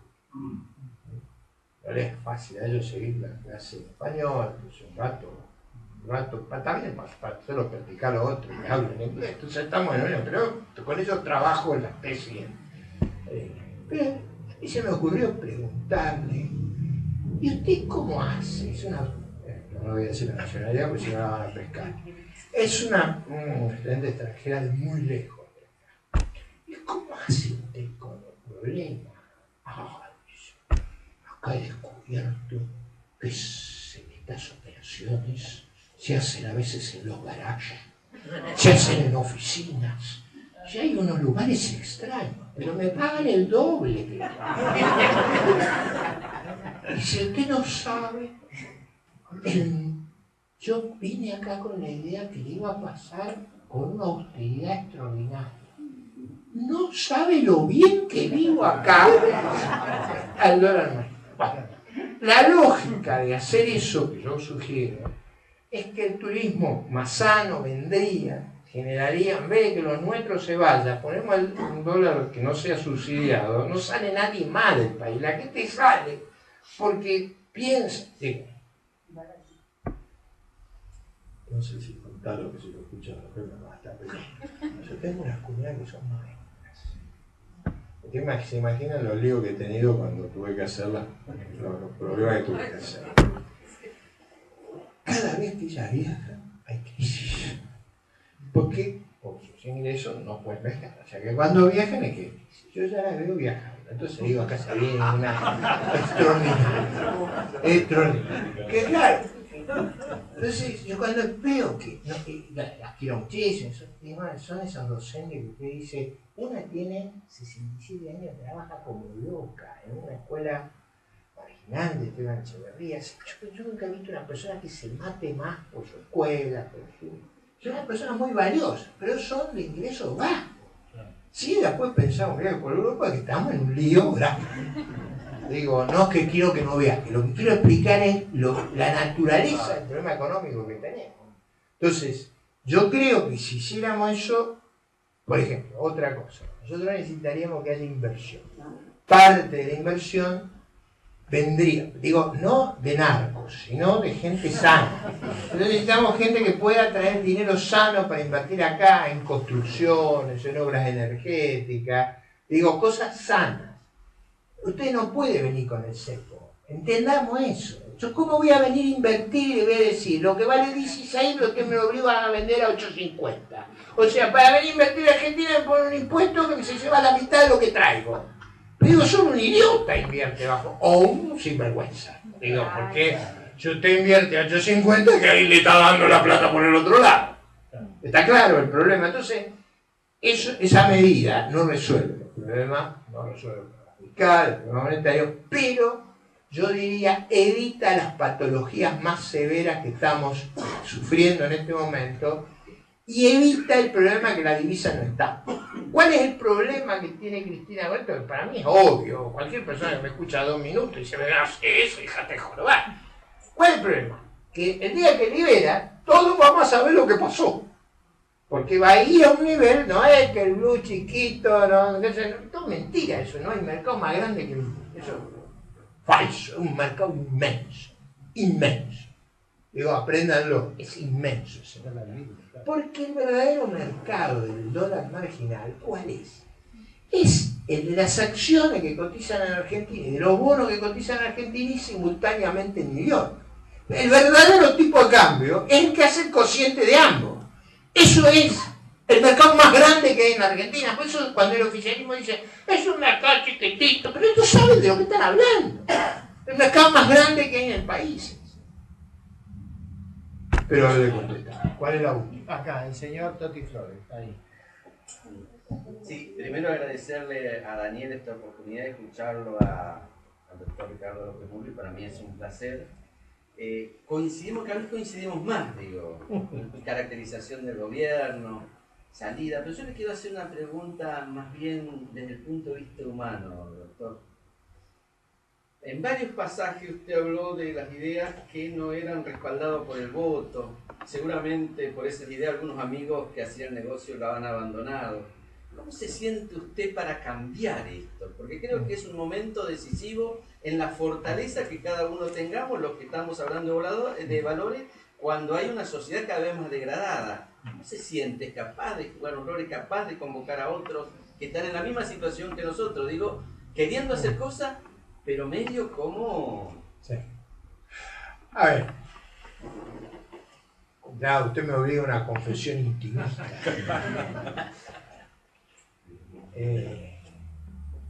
Debo decirle que creo que se nota con toda la energía del caso. O sea, yo tengo esa pasión sanbertina, me quema la entraña las ideas. O sea, no es que me falte pasión, no es que me falte energía. Eso lo tengo la magnitud necesaria y las pasiones a lo mejor con los años, pero en general la idea es que las pasiones se amortiguan, se atenúan. A mí me ha ocurrido al revés. No hagamos broma. El punto es, creo que también nosotros no debemos ser un obstáculo. O sea, yo creo que tenemos que ayudar, cooperar, crear las condiciones para que prospere una alternativa. Uno de los problemas de la política es cuando uno se cree imprescindible. Y yo creo que las derrotas electorales me tienen que haber enseñado una lección. No es que me pasó una vez, he ido muchas veces. Entonces, lo que me he propuesto es hacer el mayor esfuerzo posible de orientación, de generar ideas, de generar propuestas, de crear ejemplos y cooperar en todos los lugares que se me abra una oportunidad. Y te voy a dar un ejemplo para que usted vea la amplitud. La doctora Carrió me ha invitado a su centro y yo he ido a dar clases al centro. Me ha invitado a la UCD a dar clases y voy también. O sea, me ha invitado a la Universidad de Cali y voy. O sea, donde me han invitado he ido con la vocación de ayudar a cohesionar un esfuerzo lo más amplio posible. Y estoy dispuesto a hacer el esfuerzo. Más aún, si yo llegara a la convicción, no por ambición personal, de que yo tengo un rol a cumplir en materia electoral, lo cumplí. Lo que no quiero aparecer disputando candidaturas. Ya he sido candidato a todo lo que ustedes se puedan imaginar en las circunstancias más complejas de la vida nacional. Si yo creyera, cuando digo yo, digo no solo mi persona, sino que hubiera un consenso que uno puede ayudar, yo nunca he rehuido la responsabilidad. Pero tampoco quiero ser un obstáculo. O sea, no quiero que la legítima ambición nuble lo que tiene que ser el verdadero esfuerzo de hoy. Yo creo que debemos poner el hombro. Y la verdad, créanme o no, mi voluntad es poner el hombro. En general, me parece que los años no han pasado en vano. Yo acumulo, tengo nietos, he acumulado una larga exposición en la vida pública del país. Me da la sensación de que hay la necesidad de renovación generacional, pero si fuera útil que contribuyera, lo voy a hacer. Lo que no quiero es que eso sea un obstáculo. Me parece que me es más provechosa esta labor de en todos los lugares tender la mano y decirle a todos mis conciudadanos, y con esto voy a cerrar, venga y vamos, pongámosle el hombro al país. Muchas gracias por acompañarnos.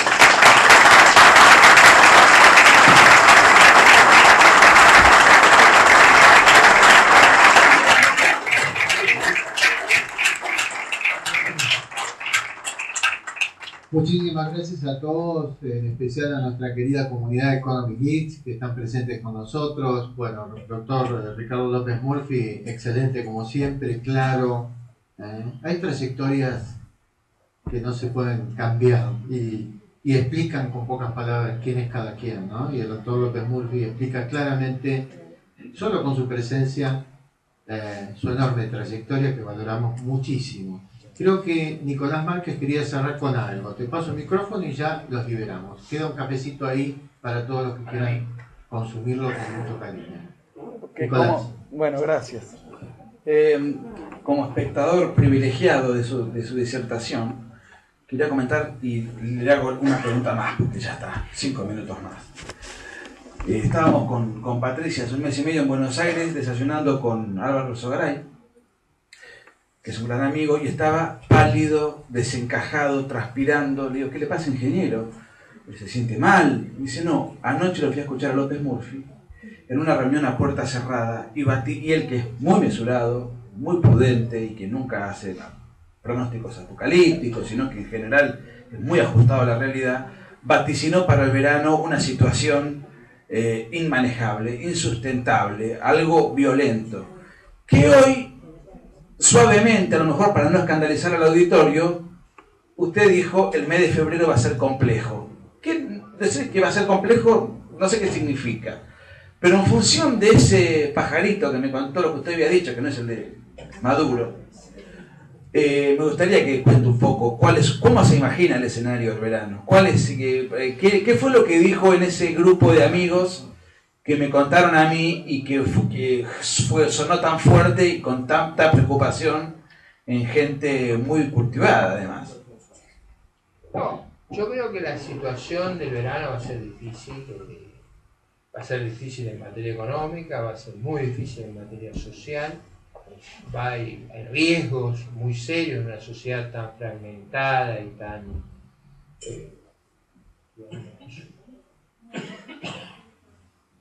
descalabrada. Hay riesgos por el rol del crimen organizado, por el narcotráfico. Acá hay riesgos muy complejos en nuestra sociedad. Yo creo que se precipitan situaciones económicas para el verano extremadamente delicados, y creo que el mecanismo de buscar chivos expiatorios y convocar a la violencia ha sido un mecanismo que han utilizado. Y a mí no me extraña que vayan incrementando la confrontación y el enfrentamiento con esa lógica. Yo lo que dije ese día fue, póngase usted, hoy es más fácil ver el problema. Hace unos meses atrás, cuando él le comentó esto que escuchó en una exposición que yo hice en privado, fue advertir que se venía una situación extremadamente grave, que iba a haber episodios de violencia y que esta gente en la desesperación va a buscar chivo expiatorio. Entonces yo le hacía una advertencia a los que eran dirigentes, decir, cuidado, esta gente va a buscar a los que son capaces de organizar la alternativa, no van a buscar a cualquiera. Entonces, a partir de ahora, sean conscientes que vamos a tener problemas. Bueno, yo esa semana me salieron a buscar una vez en la puerta de una radio, me van a esperar a las puertas de la radio, me han ido a esperar a las universidades, o sea, me van a buscar. Entonces, no a mí, digo, no fue notorio lo que me pasó a mí, digo, si esa lógica de intimidar, acompañando una crisis económica que por su propia torpeza no pueden manejar, crea un cóctel explosivo. Yo creo que hay un riesgo en el verano muy delicado. ¿Se puede atenuar? ¿Se puede moderar? Sí, claro que se puede. Pero ellos no hacen nada para moderarlo. Entonces, no es inexorable. Yo no puedo decirle con precisión. Yo le digo, las tendencias son más graves que cuando tuvimos la devaluación de enero. Yo veo ir hacia un sendero muy conflictivo en febrero. Veo Los dirigentes deben tener responsabilidad, pero va dicho con toda claridad. ¿Cuál es la calidad de nuestra fuerza de seguridad, de nuestra fuerza armada para contener un desorden global generalizado si lo tenemos todo desarticulado? Entonces, el riesgo de una pérdida del monopolio de la fuerza y de una situación anárquica está frente a nosotros. Entonces, ese riesgo, dicho con toda la prudencia del caso, y no me va a lograr que quiebre mi prudencia, en una reunión de dirigentes puedo controlar, yo puedo explicar cuál es la vulnerabilidad que tenemos, no lo voy a hacer acá. Pero digo, yo mostraba todos los índices de vulnerabilidad que tenemos, cuál es el riesgo que estamos corriendo, digo, el episodio del otro día en la Villa Francisco. Digo, ¿ustedes registraron que los narcos corrieron a la policía metropolitana? No es que la policía corrieron, los narcos corrieron a la policía metropolitana. O sea, acá han pasado cosas increíbles. Y pasan cosas increíbles. Entonces, imagínense eso en un contexto donde el despliegue y los recursos que tenemos están muy menguados. Lo que hice fue una detallada explicación, que no la voy a repetir en público, de cuán menguada es nuestra capacidad de contener el desorden. Entonces, mi llamado era a la inteligencia y a la lucidez y a la... Estoy buscando la palabra para que no sea ofensiva. A que no sean pusilánimes los dirigentes. Porque yo lo que digo es que estos problemas tenemos que ponerlos frente a la gente y no ser pusilánimes. Cuando nos callamos somos pusilánimes. Y cada vez que se alerta sobre los problemas, de esos temas no se habla. Yo digo, hay que decirlo. Ahora, Nicolás quiere que yo vaya un paso más que ese no voy. Claro, porque hay cosas a las que hay que buscar reservas. O sea, pero las piensa. Hay una lógica. No, pero quiero decir, los países tienen que tener cierta reserva en sus dispositivos estratégicos, en sus fuerzas estratégicas, porque eso es necesario que esté como una respuesta de última instancia. Lo que les transmití a toda esa gente, que a usted lo dejó alarmado, es la gravedad de los episodios que enfrentamos y lo grave que ha sido desarticular la espina dorsal del Estado. Ese es el punto que tenemos. Muchas gracias.